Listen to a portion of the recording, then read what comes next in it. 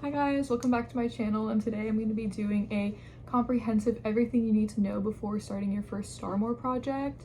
And this is coming from somebody who's done about 10 or 11 Starmore projects, so I'll teach you everything that you need to know before buying a kit or starting a project, whatever you guys need to know. Hopefully it'll be covered in this video. Alright, so without any further ado, when you first start to do your research into finding a project, it's more than likely that it's on the Virtual Yarns website, the project that you're looking at, and typically you need to buy it as a pattern card kit, especially for the newer designs that are maybe not in the books. So in that case, you'll buy the kit if you want to use her yarn.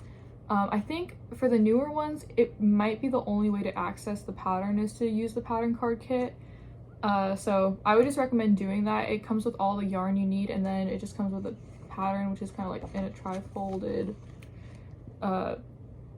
paper like this.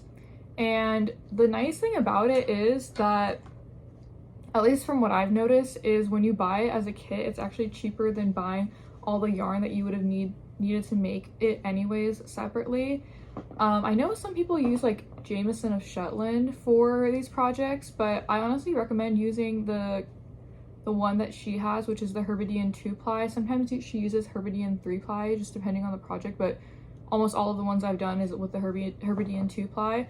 The colors are amazing, super nice. They complement each other very well, and also the yarn itself is just fantastic to work with.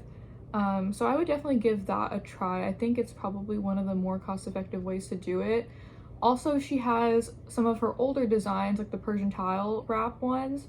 I had to buy the book separately for that, but I think you can buy a pattern card kit now. But back when I did it, and even for some of her older designs, you'll need to buy the book. And I actually bought mine on eBay, so it was secondhand. I'm not sure where you could buy it retail, maybe on Amazon, but you could also find them on eBay. Yeah, so that book that I used was a collector's item. I also have her Tudor Roses book, which I think I got at Barnes & Noble's way before I started knitting. I think I bought it because I wanted my mom to make one of them, but she didn't know how to do it because she doesn't know how to read a pattern, so she ended up not doing it. And I think she was trying to do one vest for me, but it was with the yarn that wasn't, well, it was just with another type of yarn. It wasn't with her specific yarn, so it wasn't turning out quite the way that it looks in the pictures. That's why, again, I recommend using the yarn that she provides.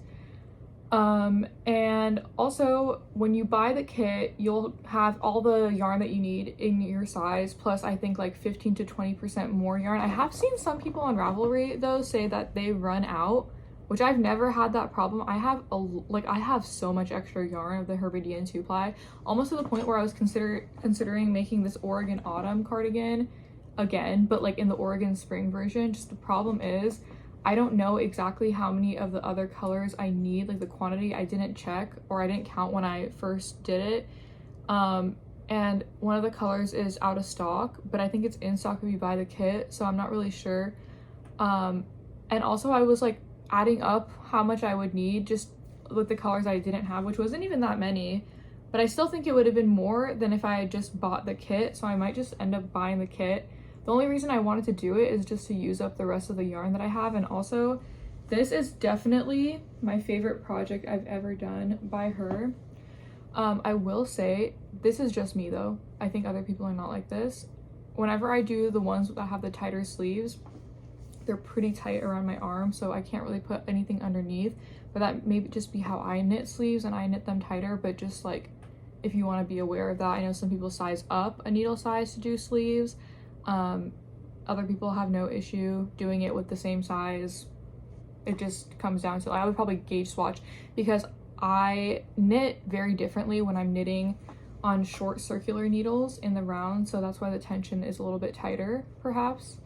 All right, and then down to the techniques. So almost all of her pieces that are shawls or cardigans or open vests with buttons, they all, actually even the sweaters, I think they all use steeking, which is something to not be afraid of. The first time I did it, it was kind of scary, a little bit fun, but I will say I always reinforce my side seams with a sewing machine. I never skip out on that. I always fold it over and then just use my sewing machine and go all the way down, and you can't even tell because it just sinks in there. So yeah, it's not noticeable. Just make sure you're going in a straight line in between the stitches so it like gets buried in between. And almost all the project, well, I think every project I've done by her, they start from the bottom and go up. So at first you have the corrugated ribbing, and so like you cast on in one color and then you go up. There's a lot of color changes, as you can see, because it's like a gradient. So all of these are different colors that you have to break off and weave the ends in. So I don't know if you want to weave them in as you go. I wait till the end usually, and I have my mom do them for me. She doesn't like doing it, but I don't like doing it either. We kind of take turns, you know what I mean? And then you just go up to the pattern. You start the underarm shaping, which is another steek here. This neckline, there's a whole steek going all the way up, and then some like shaping bits that I can't really explain technically because it's kind of complicated, and then a steek here. So in total, there's about 4 steeks. There's even one tiny one on the back here. And you cut them, you sew them, all that jazz. After that, I would say that you can either do the button band or you do the sleeves first. I kind of like doing the button band first because it gives me a sense of what the project is going to look like.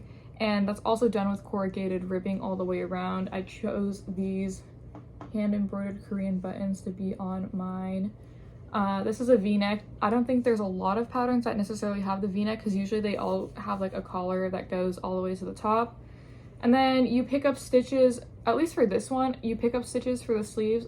All the other jackets I've done by her, the sleeve is knit separately and then seamed on, but I kind of like the picking up the stitches better. The drop shoulder I think fits me better. I have had some weird fitting issues with I think it's just me though, with sewing the sleeves on like that. So I don't know, but most of them are you knit the sleeve, you do shaping, and then it like gets sewed on. This one's just picked up stitches, which is a rarity for those designs. A lot of people want to know about the Persian tiles or any of the other, like this one's a Rheingold Wrap. So these ones are also knit in a huge tube, like a very long tube, and then they're steeked, and then you add the tassels.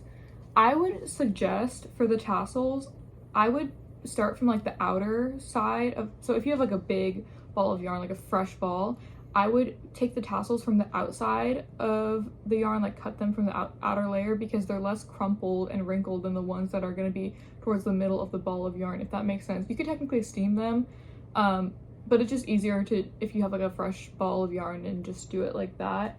And also I would say that blocking really does help. Sometimes I even would steam iron. I know you're probably not supposed to do that, but it may not look like the best when you're knitting it, but after a while it just flattens out. And honestly, this yarn does get softer the more you use it. It kind of starts to like, not felt, but it just seems like a very cohesive looking piece of work, if you know what I mean. Even the mittens that I knit with this yarn, not like a Starmore pattern, just other mittens, they're very soft, very cozy, very nice. I feel like I'm really hyping up this yarn, but I genuinely really like this yarn. I think it's just absolutely perfect for Fair Isle. And onto the books. There's so many different patterns I want to try. I want to do something from the Tudor Roses series or just like the Erin series. The only cable thing I've done by her has been the Infinite Cables class, and that's another thing I want to touch on. So I have this blanket, it's called Infinite Cables. I'll insert a picture here. This was definitely the hardest thing I've ever knit in my whole entire life, like both physically and mentally. I mean, it was physically hard to do it because you had to knit, I think, 24 squares on flat needles, because if you knit them on circular, they would kind of like be warped. And I had to get this like thing that I think is intended for like crochet, but I guess you can use it for knitting too, that makes your granny squares perfectly square shaped with pegs. So you peg them down. I had to do that for all of the squares. But each of those squares took me like hours, like probably 5 to 8 hours. It was really hard. And then you seam them all together, you knit the border around. But that one you buy the class, so it comes with a video series that you can follow along on. It also gives you like the digital pattern and everything, and they just send you the yarn, but it's not like a pattern card kit. It's an actual class that you can follow along, which actually teaches you a lot of really cool techniques. So I will say that's pretty interesting. She may have another one, I'm not sure. I just know that the Infinite Cables is one of them. But yeah, I hope this video taught you guys a lot of helpful tips about Starmore. Let me know if you guys have any tips that you want to share with the community, or like anything you want to say in general about Starmore if you've tried a Starmore. But other than that, thank you guys so much for watching my video, and if you want to see the rest of the Starmore projects I did, I have a whole video of everything that I've knit by her, so you can go check that out. But other than that, thank you for watching. Bye!